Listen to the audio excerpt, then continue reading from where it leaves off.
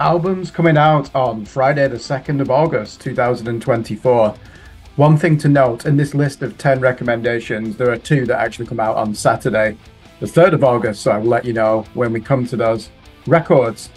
Let's start with number one on this list, and we're going to Manchester, Northwest England. The band Barbarian Hermit, and the album is called Mean Sugar. I've always loved the name of this band. I've not actually listened to them, and I know that they are kind of like a groove stoner metal type unit. This is released via APF Records, and it's a follow-up to 2018's Solitude and Savagery debut.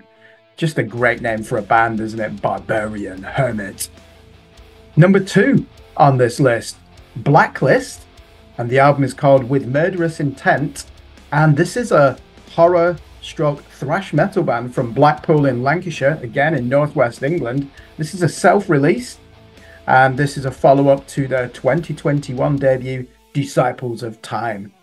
Thrash metal, add a macabre element into it. You've almost got proto death metal there, haven't you? People who watch this channel will know that I'm a big fan of that period 1984 to 1986, where you get the proto extreme metal bands really starting to have an influence on other groups. Of course, we're talking mainly about Celtic Frost, Sodom, and the godfathers of that type of music, Newcastle upon Tyne, Venom.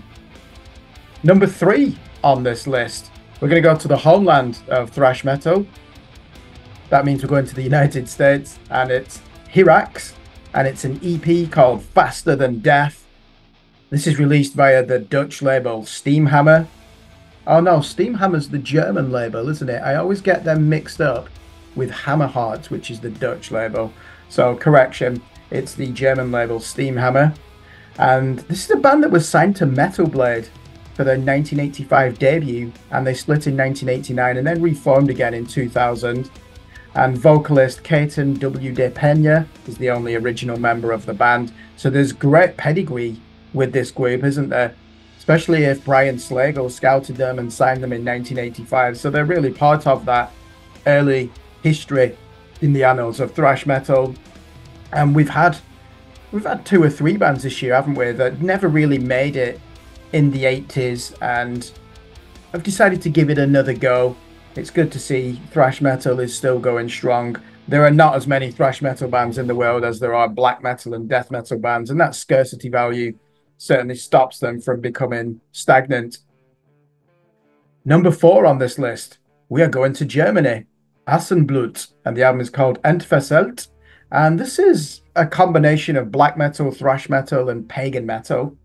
And they're releasing this record via Massacre Records, and it's the fifth album of their career. I like the name of the band. I know it in passing. Again, I've not actually listened to any of their music. They've only released 5 albums, so that means it's quite easy to go in and explore their back catalogue. The next one on this list, number 5. I'm not sure how to pronounce this. It's an eponymous debut album. I'm going to pronounce it Moi. So it's Moiii. Not too sure how to pronounce it. I feel stupid even attempting to do it.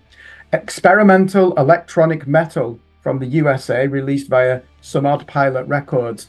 Now then, the interesting aspect of this group, for their self-titled debut, it features the ex-Swans percussionist Thor Harris. The music is inspired by Swans, that avant-garde jazz musician Casper Brutzmann, and one of the pioneers of industrial experimental music, Einstürzende Neubauten. So you just take those 3 influences and you're going to have some intense music. I've always been a fan of Swans, certainly their early material, and I see them as pioneers in not just noise rock or no wave, but certainly in industrial, when you listen to them in the era of Holy Money and Greed, and that great 1987 album, Children of God, which I strongly recommend. Very dark offering, that album. Number 6. Interesting genre description. The group is called Manic Abraxus, and the album is called Skinformation. And this band described their music as avant doom punk. So avant-garde, doom metal, and punk. Not too sure how you combine those last two, given the variations in tempo, radically different, aren't they? So this is an American band. It's a self-release, and like most of the records on this list, it comes out on the 2nd of August, and this is the fourth album of their career. For number 7, we are going to Italy, and we're going to the prestigious French label Season of Mist for a progressive metal band called King Crow, and the album is called Hopium. So that's a play on the word opium and the idea that you can sell positivity as a commodity. Quite cynical, really, isn't it? If that's the meaning. And this is the 8th album of their career and their first for Season of Mist. Not really familiar with their material, but certainly willing to give it a try. Anything that's progressive metal is always interesting to me. Number 8 on this list. Apologies, just had something in my mouth there. We are going to Finland, Inverse Records, and the artist is called Sulfurous, and the album is called Corpus Animus. Death groove metal. Not too sure if that really works as a hybrid to describe the music. Although, can you think of anything better? To be honest, that's a good thing. Death metal that's just 260 BPM with blast beats and quantized guitars and unintelligible vocals that just rage at the same monotone level are really boring for me. So if it's got groove in it, that's always a good thing.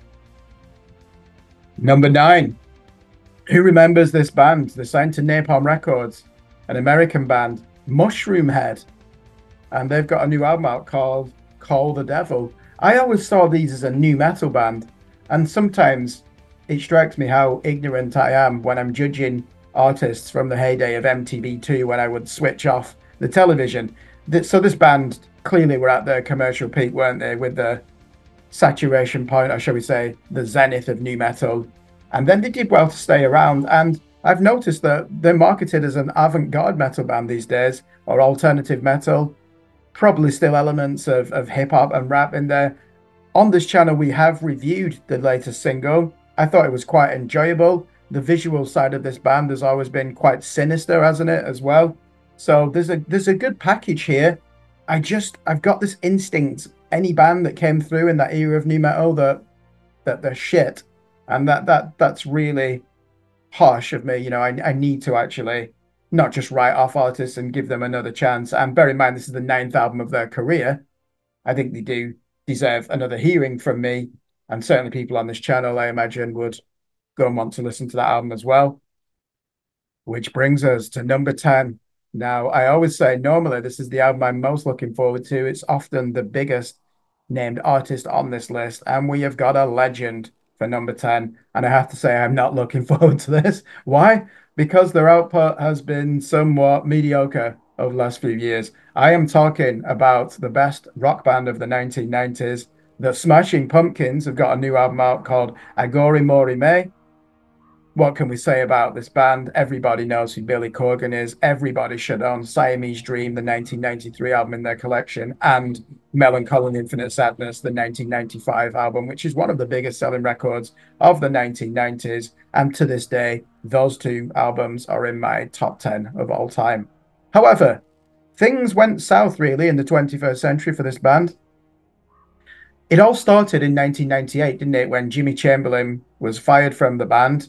And they released that album Adore, which I have to say is a fantastic record, but it had electronic drums on it.